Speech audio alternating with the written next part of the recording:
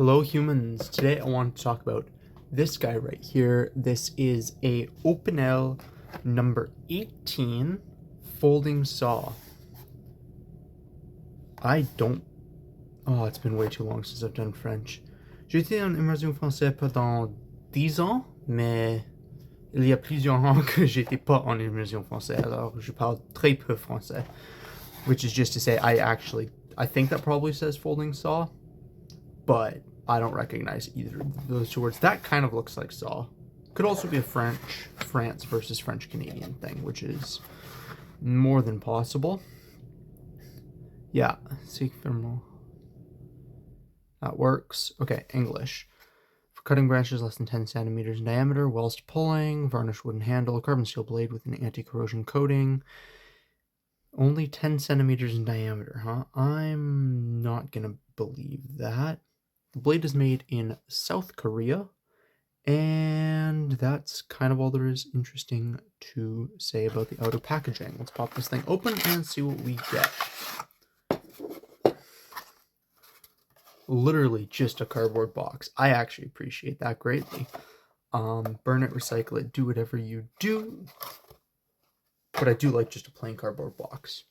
So here we have the Opinel number 18 folding saw. I've actually wanted to get my hands on one of these guys for quite a while as just sort of an outdoor saw because, I mean, I live on a property. We have plenty of trees and stuff like that.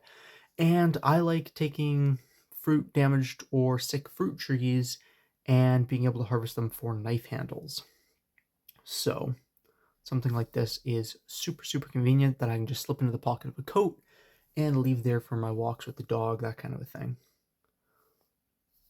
So we have our pretty standard beach handle. We have a lanyard space, which does not come with a lanyard, but we do have the space for a lanyard.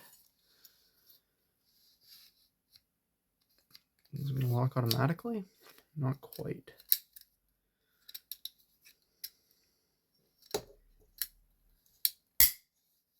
Okay. So we do need to lock it manually. It does not lock out automatically. Wow. Makes sense that it's going to be so big. Pull cut, it seems to be a cross between a rip and crosscut saw, which is pretty common. Mostly leaning towards crosscut saw, which is good. It's a bit of a pain to sharpen, but definitely is the superior option. We have a whole blade taper. So let me grab my calipers. This is not the most accurate nor scientific test in the world, all right? What we are doing very, very quickly is checking to see what the thickness is going to be out here near the teeth, and I want to be just behind the teeth. So we're talking like 48 thousandths over near the teeth. Back here we're talking like 350 thousandths. Right? So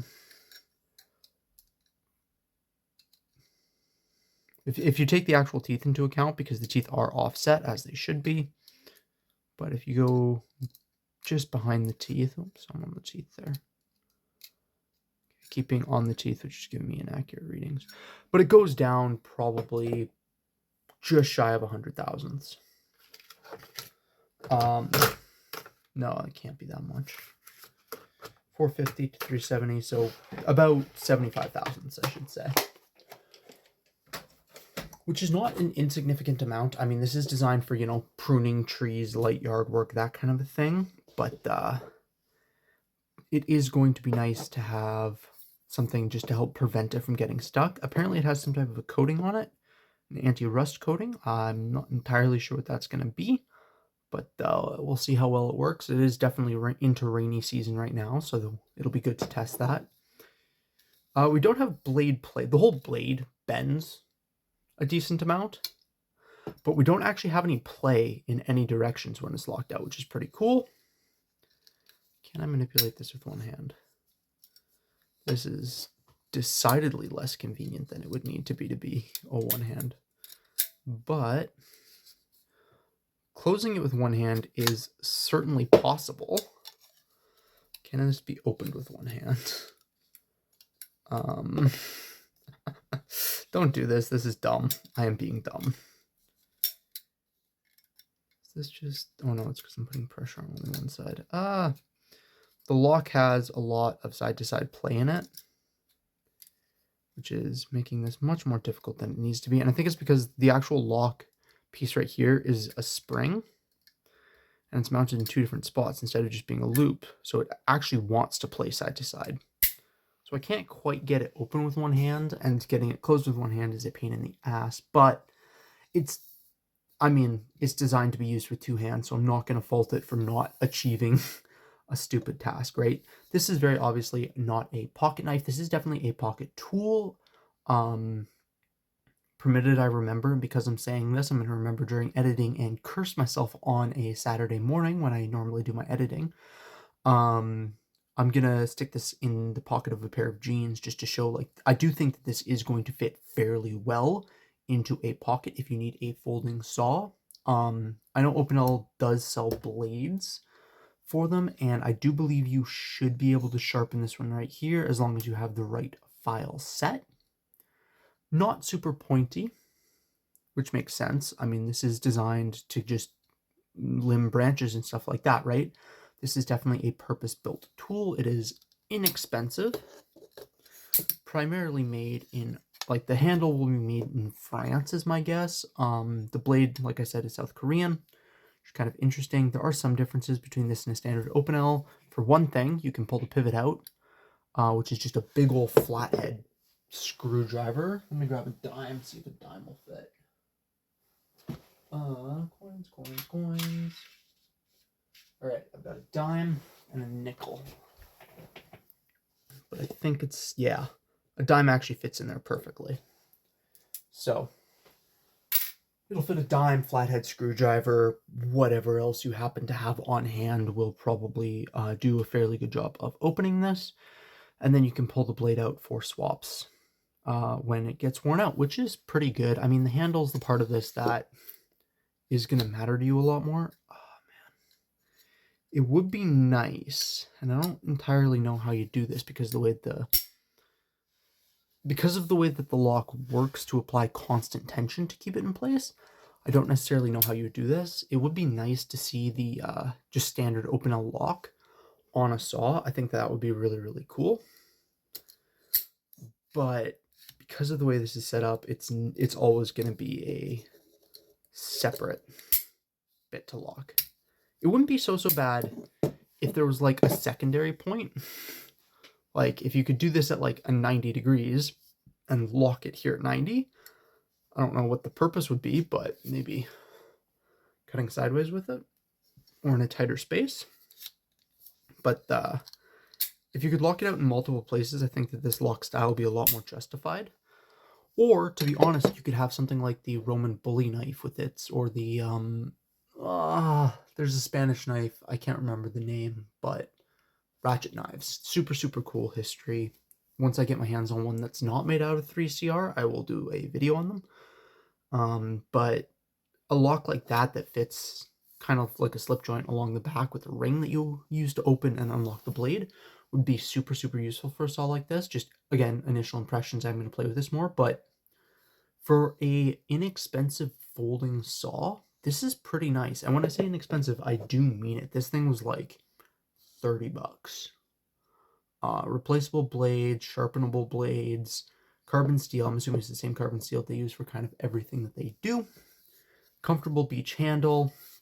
You can choke up without any discomfort. You can put your thumb on that lock without any risk of disengaging it.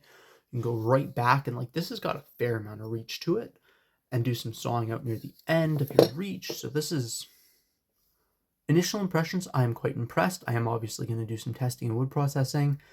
And as much as I'm going to hate myself for saying this in the future, I am going to videotape myself working with this guy just to give a better impression of it. So on to that.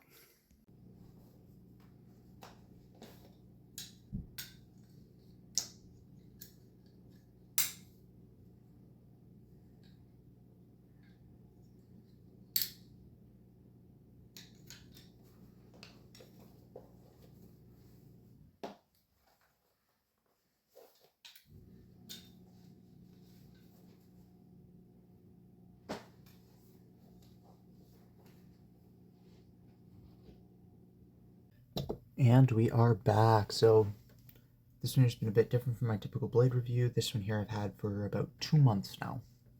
And I've been carrying it more days than I haven't. And I'm going to get into specifically why in just a minute. First thing first, some practicalities out of the way.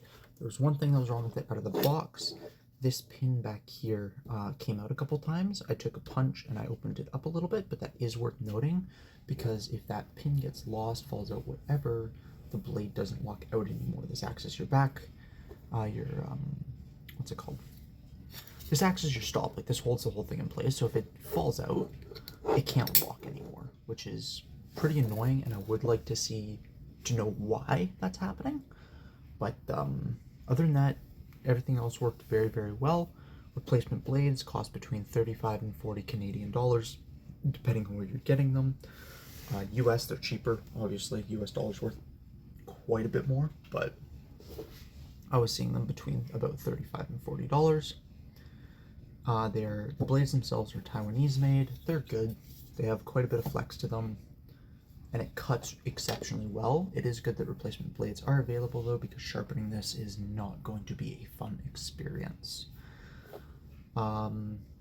Obviously, you guys saw how it fits in my pocket. It does fit in my pocket quite well. I find it quite comfortable personally. I carried it for full days on more than one occasion, but what I typically did with it was actually grab it when I went out with my dog on a walk. So we have some acreage here, and one of the things that I like to do every day is take the dog for a walk out in the back. We have some wooded section out in the back, so it's nice to have a little saw in my pocket just so I can cut branches that have fallen across the trail or whatever else needs to get cut, right? And I started carrying it for that, and it's exceptionally nice to do. But on more than one occasion, I did forget it in my pocket, bring it to an event or whatever I was doing that evening, right? Which is kind of interesting. Like, it slipped into my pocket. It was very, very comfortable. Shape-wise, very, very comfortable to use. The only thing that I will say is this cut mark right here is definitely very sharp. If you intend to use this, I would take a file and just knock the inner edges down, which is what I have done. And then, especially if you're not wearing gloves. If you're wearing gloves, this is no concern whatsoever, but if you're not expecting to wear gloves, it just lets you use it for a lot longer before you start running into those, like, fatiguing issues just on the sharp edges on the inside. It is definitely a two-handed tool, no real way around that, but it does work really, really well. Like, I find it to be a very easy to use tool and quite a fun tool to use too.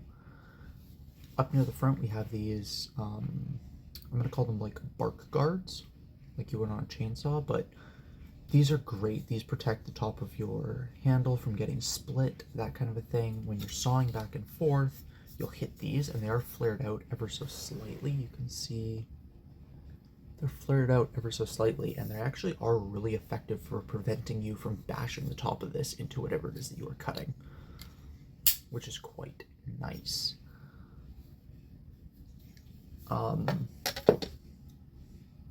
Yeah, I mean, it is very much what you see is what you get kind of situation. It fit very well in my pocket. It fit very well in my hand.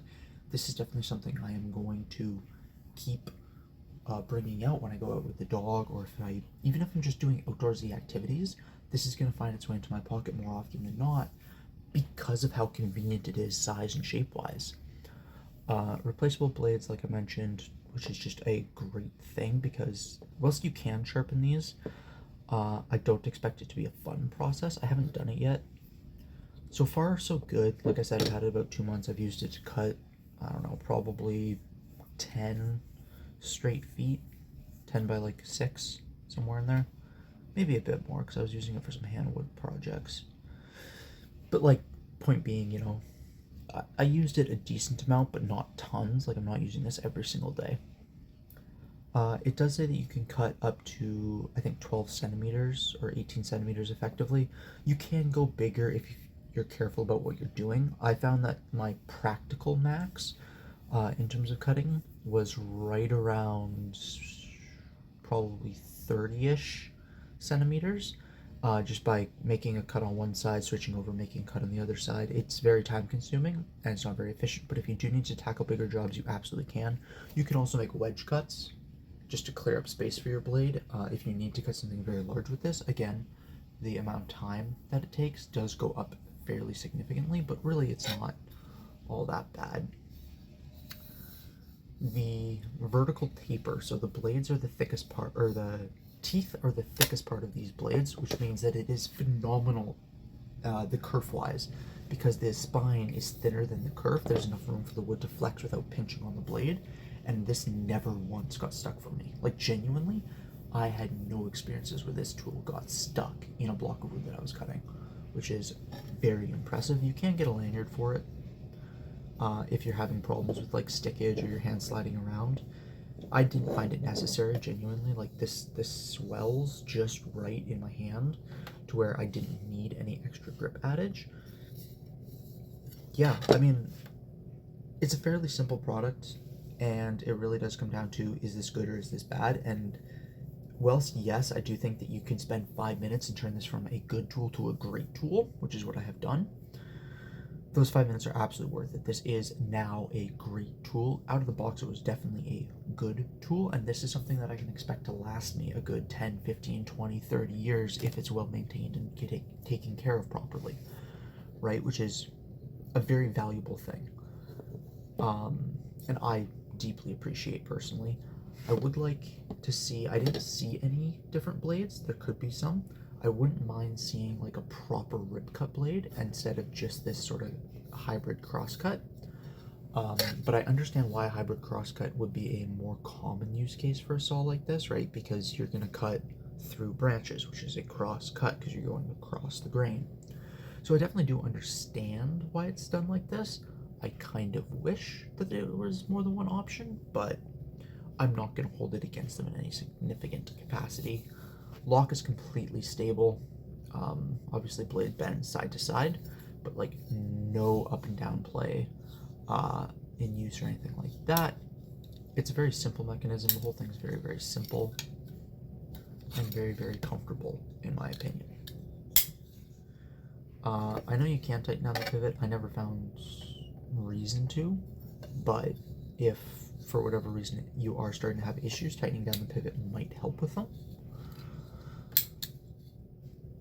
Yeah, honestly, if you have any like amount of property that you have to walk and take care of, or even if you're just kind of an outdoorsy style person, this is very easy to recommend. It'll tackle medium to large size tasks without too much difficulty. The larger you get, the more difficulty you have, definitely, but medium tasks with absolutely no trouble whatsoever. It's extremely portable, fits comfortably in the pocket. I think that this is a very easy recommend. Yeah, that's kind of all I have to say about it. Stay safe and have fun out there. Peace.